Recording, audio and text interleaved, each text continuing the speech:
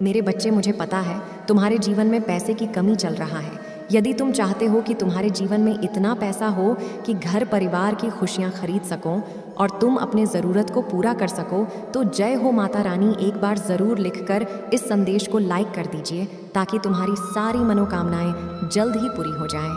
तो शुरू से अंत तक ज़रूर देखें। तुम्हारे लिए आज की खुशखबरी। मेरे बच्चे, आने वाले कुछ महीनों में तुम्हें बहुत अवसर मिलने वाले हैं।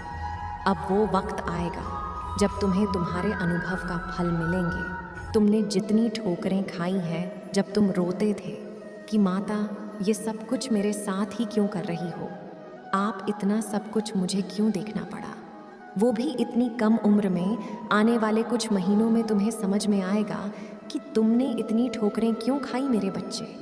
उस अनुभव से मैं तुम्हें क्या सिखा रही थी, तो तुम्हें सूझबूझ से कुछ निर्णय लेने पड़ेंगे। इसलिए अपने आप को हमेशा उत्साह से भरकर रखना, 24 घंटे एक्टिव रहना कि कहीं तुम्हारे दिमाग से, कहीं तुम्हारे मन से, कहीं तुम्हारे सामने से कोई अवसर ना निकल जाए, कोई बहुत बड़ी अपॉर्चुनिटी तुम्हारे हाथ से ना निकल जाए मेरे बच्चे। क्योंकि ऐसा नहीं है कि सिर्फ इस दुनिया में तुम्हें बहुत अवसर मिलेंगे, तुम्हारे दिमाग में भी बहुत सारे आइडियाज़ आएंगे जिन पर काम करके तुम अपना भविष्य बना सकते हो।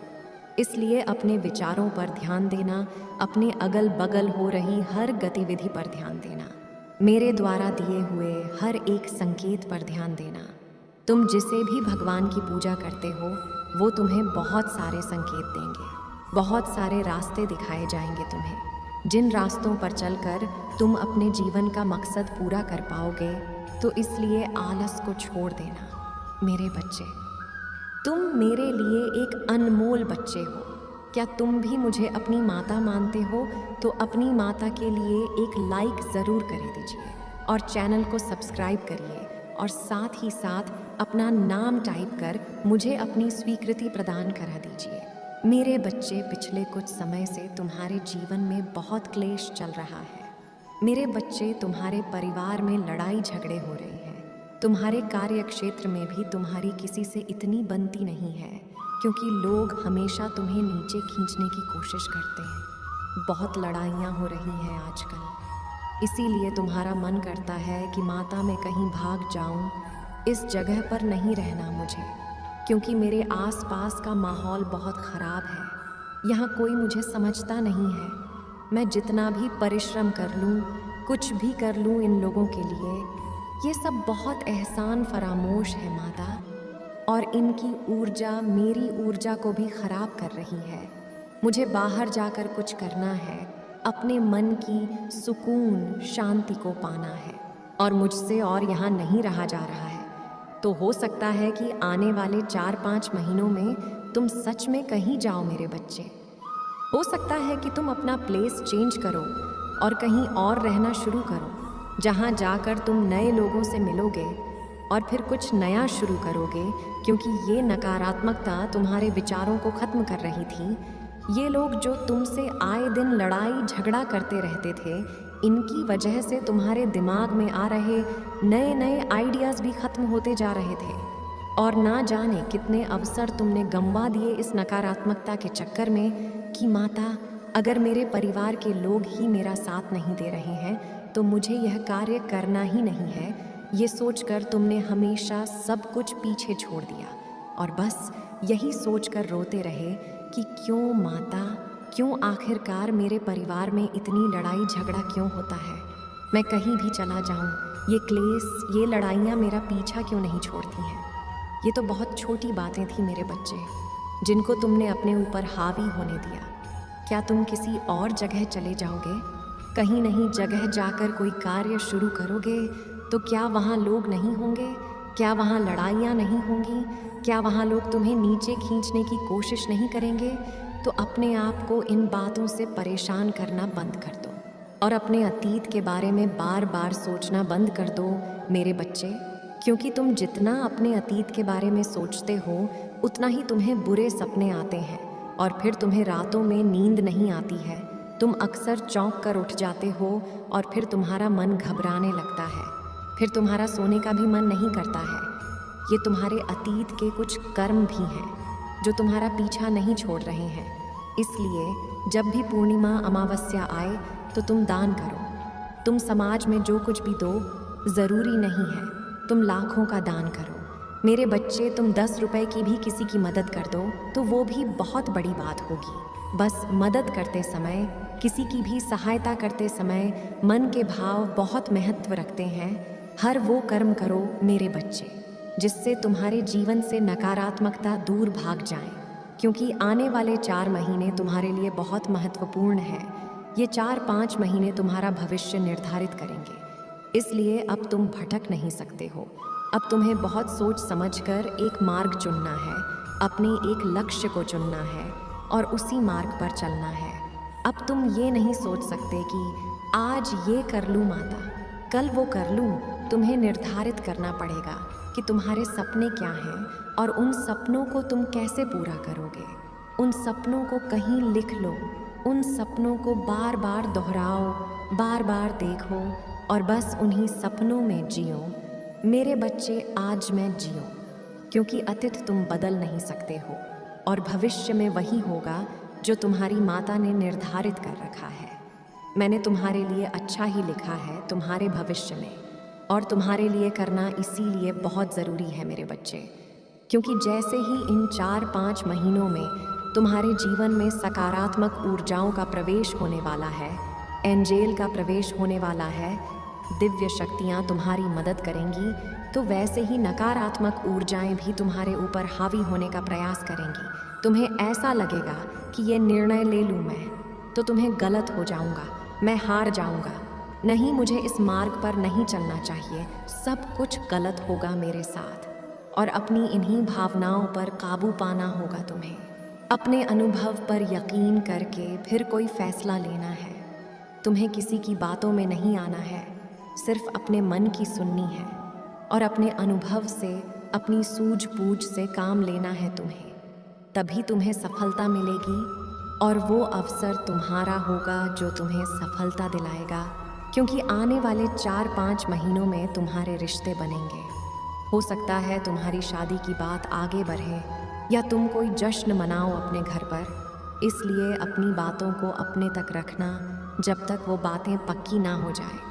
लोगों की बुरी नज़र से हमेशा अपनी खुशियों को बचा कर रखना मेरे बच्चे, क्योंकि तुम्हें नहीं पता कि कौन तुम्हारी खुशियों को खाने के लिए तैयार बैठा है। इसलिए अपने में और अपनों के साथ खुश रहना शुरू कर दो। बस कुछ निर्णय तुम्हें कठोर बनकर लेने पड़ेंगे।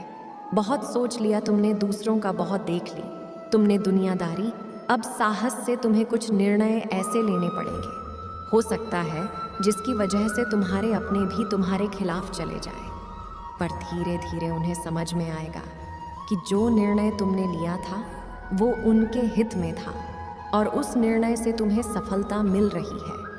तुम्हारा मान सम्मान बढ़ रहा है, इसलिए किसी और का मत सोचना। दुनिया क्या कहेगी, लोग क्या कहेंगे। लोग तो हमेशा तुम्हें बुरा भला कहते थे मेरे बच्चे, तो अब उनके कहने से, उनकी सोच से तुम्हें कोई फर्क नहीं पड़ना चाहिए। तुम्हारे लिए जो सही हो, तुम्हारे परिवार की खुशी के लिए जो सही हो, तुम्हारे आने वाले भविष्य के लिए जो सही हो, बस वही निर्णय लेना। भावनाओं में बहकर किसी की बातों में आकर कोई गलत कदम मत उठाना बैठना। और जब तुम अपने लिए निर्णय लोगे, अपने लिए खड़े होंगे, तो तुम्हारे सामने कुछ ऐसे लोगों की सच्चाई आएगी मेरे बच्चे, जो तुम्हारा दिल तोड़ देंगी। तुम्हें ऐसा लगेगा कि माता, इस व्यक्ति के बारे में तो मैंने कभी भूल कर भी ऐसा नहीं सोचा था। अपने बुरे से बुरे सपने में भी मैंने नहीं सोचा था कि ये व्यक्ति ऐसा निकलेगा। इसलिए खुद को तैयार रखना उन झटकों के लिए। निराश मत होना, ये मत सोचना कि तुम्हारी गलती है या तुमने कुछ खो दिया। वो लोग हमेशा से तुम्हारे साथ ऐसे ही थे मेरे बच्चे। उसमें भी खुश होना कि माता वक्त रहते ही इनकी सच्चाई मेरे सामने आ गई। मेरी सफलता से पहले हर नकारात्मकता आपने दूर कर दी मेरे जीवन से। मैं आपका धन्यवाद करता हूँ मेरे बच्चे। तुम मेरे लिए एक अनमोल बच्चे हो। क्या तुम भी मुझे अपनी माता मानते हो तो अपनी माता के लिए एक लाइक ज़रूर करे दीजिए और चैनल को सब्सक्राइब करिए और साथ ही साथ मेरा भाग्यशाली अंक 555 टाइप करके मुझे अपनी स्वीकृति प्रदान करा दीजिए। मेरे बच्चे, तुम्हें यह जानने का समय आ गया है, इसलिए तुम्हें आज मेरा यह संदेश प्राप्त हुआ है। जैसे ही तुम इसे समझोगे, तुम्हारा जीवन निश्चित ही खुशियों से भर जाएगा। यह मेरा तुमसे वादा है। मैं अपने वादों को पूर्ण रूप से निभाऊंगी।